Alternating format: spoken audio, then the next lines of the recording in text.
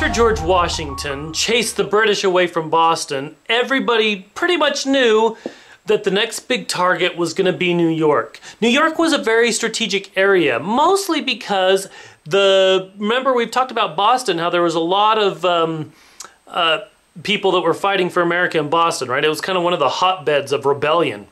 But where was the capital? The capital at this point is in Philadelphia. That's where the Second Continental Congress is meeting to discuss things. Well, the British and the Americans knew that if they could cut that off, if they could somehow capture New York, it would essentially cut that part of the country in two, and Boston would not have connections with Philadelphia. So this was a very strategic location. So as soon as they chased the British away from Boston, George Washington starts marching his troops towards New York. And the British start sailing their ships there. Now, George Washington gets there with his troops, and they start amassing troops, trying to get as many as they can. But at this point, this is nowhere else in the war is it more apparent that the colonies are going up against a superpower than it is right now. Britain is the superpower of the world at this time. It has the largest armies, the largest influence, the largest empire in the world. And this little colony, these little set of colonies in America are going up against it. Well, they get there and Britain starts sending boats. And these boats start filling the harbor like mad. Now, one of the things that is going on at this time that is a boost is it's while George Washington is in New York that the Declaration of Independence is signed. July 2nd, the Congress passes the Declaration, decide to do it. They sign it on the 4th. That's why we celebrate the 4th of July. In fact, I think it was John Adams that said, when he was writing to his wife, he said, "Americans forever will celebrate July 2nd as a great day."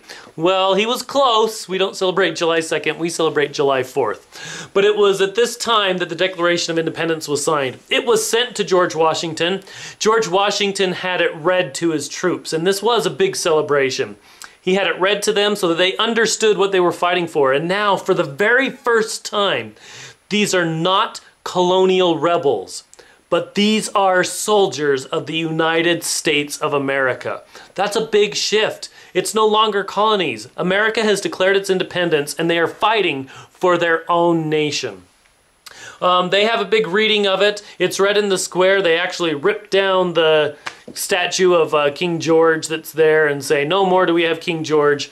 We are now America." So that happens while George Washington is there. But more and more boats come into the harbor. In fact, this was the largest naval gathering that has ever happened in the world. Happened here in New York, in the harbor there, as the British started doing. There were hundreds of ships that were coming in. I think these ships were bringing in about 32,000 troops from Britain.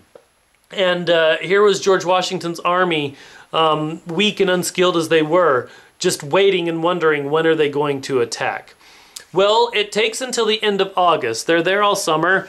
At the end of August, the British troops start landing on Long Island and start taking it out. And really, at this point, unfortunately, the American army is just not skilled enough. They're completely outnumbered, and things do not go well. There's a series of battles that happen for Long Island, and the Americans are just beaten badly on really all accounts. And this is a great embarrassment to George Washington. It's very demoralizing for the troops. The only real success they had is that as the American army is being surrounded by the boats and the armies, they do a secret covert mission of the middle of the night and retreat. So they do have this retreat where they retreat off Long Island, get back to New York. So they saved lots of troops. They really did kind of sneak out in the middle of darkness one night, right through the British army. They woke up the next morning saying, "Where did they go? We lost them." But that's really the only success the Americans had. They were being beaten badly and just lost New York, lost this area, and began their retreat. And for the next little while, Americans are just retreating with the force of the British chasing them. Not a good time of the war. They get beaten badly, but this is the time where they do shift. They're no longer colonial rebels. They are members of the army of the United States of America.